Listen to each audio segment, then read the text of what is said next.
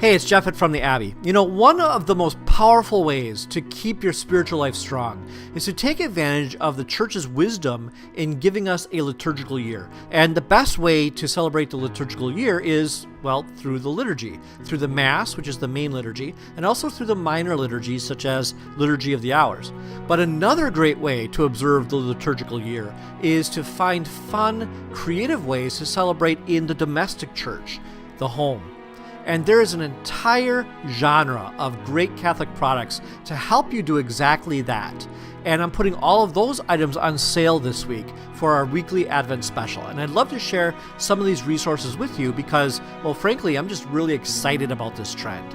So let's start with some exciting resources that help families and also individuals to celebrate Advent or the entire church year in fun, creative ways.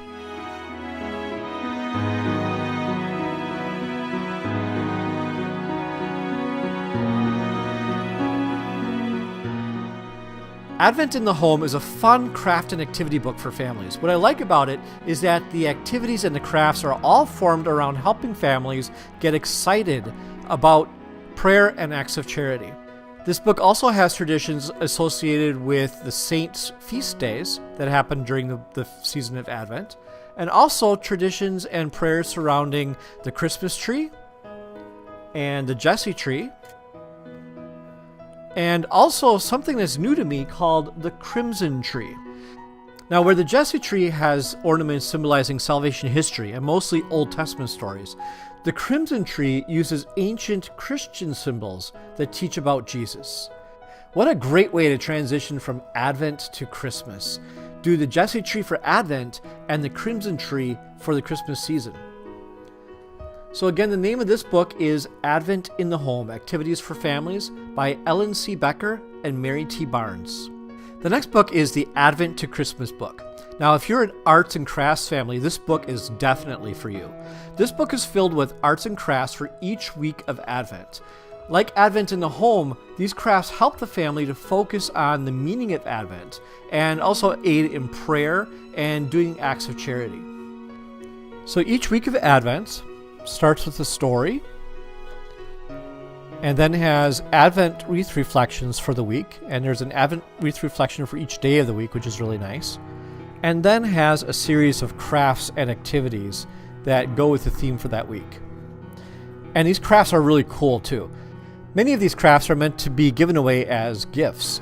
Now, you'll also notice that there is a handy tab in the corner of each page, the upper corner, for a quick reference to the type of activity that you want to do. So we have crafts, we have gifts, we have recipes, we have family customs and traditions, there are service projects in here, and then in the back section, there's a whole chapter of just reproducible activities like word searches and word puzzles and object searches and those kinds of things. So a lot of fun in this book. Again, this book is called The Advent to Christmas Book by Joan Marie Arbogast. Now, those two resources offer families activities to celebrate Advent. The next resources offer activities for the entire church year. Feast Days and Holidays is by the same author as the Advent to Christmas book, and it's organized in much the same way. But as you can see, this book goes through the entire church year, starting with January 1st with the Feast of Mary, the Holy Mother of God. And it offers ways to celebrate the saints, the seasons, and the feasts. You see the same neat tab system up here in the upper corner of the page, and that shows the types of activities available in this book. So we have reproducibles, we have activities, we have crafts,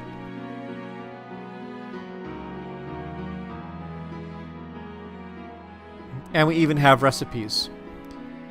It goes through the entire year, month by month, and covers the major saint days and the major feast days of each year with very unique and fun activities to celebrate each of those feasts and celebrations. So again, the name of this book is Feast Days and Holidays, also by Joan Marie Arbogast. So far, the resources we've been looking at have really been geared toward families with young children. The last two resources are purely for adults, and especially adults who are also foodies. The Continual Feast by Evelyn Bridge Vitz is a delightful book of recipes, but it's more than just a cookbook. It's also a reflection on celebrating the Catholic life with food. This book is divided into 3 parts. Part 1 is called All the Days of Our Lives, and this is really, in addition to recipes, about how we use food in the everyday life as a Catholic. The first chapter is called Days of Rejoicing and Celebration. So this is about ways that we use food to celebrate things like Sunday and church picnics and things like birthdays and name days, baptisms, marriage. So in addition to having recipes for each of those events, it talks about the important role that food plays in celebrating those events. Chapter 3 is called Traditions of Christian Hospitality, and I love this one because hospitality is one of those virtues that has kind of been lost and I think is making a comeback. Hospitality really is a form of charity, and so it's something that Christians are called to exercise. And you may have heard to be careful when you are entertaining a stranger because you never know when you may be entertaining angels. This book uses that quote.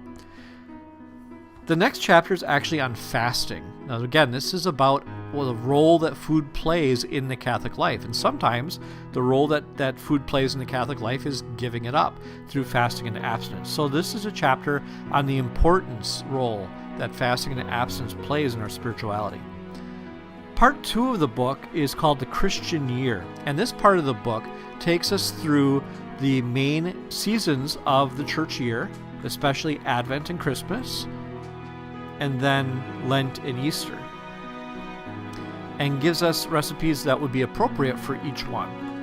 And the one for Lent is actually really neat because it gives you all kinds of really good meatless recipes that are in line with the idea of abstaining from meat and fasting, but still are tasty, good recipes. And then finally we have part 3 of the book called Feasts in Honor of the Saints and Other Special Occasions. And what the book does here is it takes us through the 4 seasons and talks about the saints that are celebrated in each season and gives us appropriate recipes for celebrating each feast day. So this is, again, a book about not just about recipes, although there are a ton of recipes in here, but really about the role that food plays in the Catholic life. It's called A Continual Feast by Evelyn Bridge Vitz. And the final book I have for you today is called Sacred Feasts from a Monastery Kitchen. And it's more of the same as Continual Feasts, but this time it's from a foodie who also happens to be a religious brother. Brother Victor Antoine, of course his name had to be French, right? Shares not only recipes, but reflections from the monastery. His reflections read a lot like a diary, allowing us into Brother Victor Antoine's heart and mind as he reflects on each season of the year. Not only does he talk about the food that he cooks in each season, but he also talks about what the monastery does to celebrate each season and how the food that he chooses adds to their reflection. Of course, Brother Antoine also writes a lot about the food that he cooks, about the challenges of finding unique and appropriate recipes for each season. This is kind of like Henry Nouwen meets the Frugal Gourmet. So of course, as we go through the book, we'll go through the seasons of the church year as well. So we have a reflection on Lent. He says, each year, no matter when Easter falls, Lent coincides with March in the Northeast.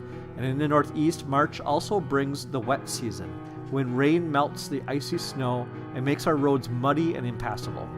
March isn't always pleasant. Once during early March, I received visitors from Japan who were interested in my methods of cooking. Just before they departed, I asked what they most enjoyed about their stay. They said they were very impressed with the silence and the tranquility of the monastery kitchen, and an inspired concentration and creativity in the art of cooking. When I asked about their dislikes, they readily mentioned the constant March rains, which they found quite depressing. So you see, he's telling stories about his life in the monastery, and then he matches those stories with recipes. If we skip all the way back to Advent, we see his reflection on Advent. As we undertake our yearly Advent journey, we feel instinctively drawn to the divine presence, to He who helps us on our journey by driving away the negative element that fill daily life: fear, despair, depression, insecurity, instability, suspicion. Advent is a time of preparation and expectation. It's a symbol of His final coming in glory at the end of times. And the recipes that He shares for Advent move from kind of simple all the way up through to brownies and eventually cookies, and they get more and more celebratory as we go through Advent, until finally on Christmas we actually have a multi-course meal all laid out for us. So again, this wonderful book is called Sacred Feasts from a Monastery Kitchen by Brother Victor Antoine de Avila La Tourette. So those are some of my favorites. Head on over to abby.ws/specials to explore this week's Advent specials for yourself, and have a great Advent.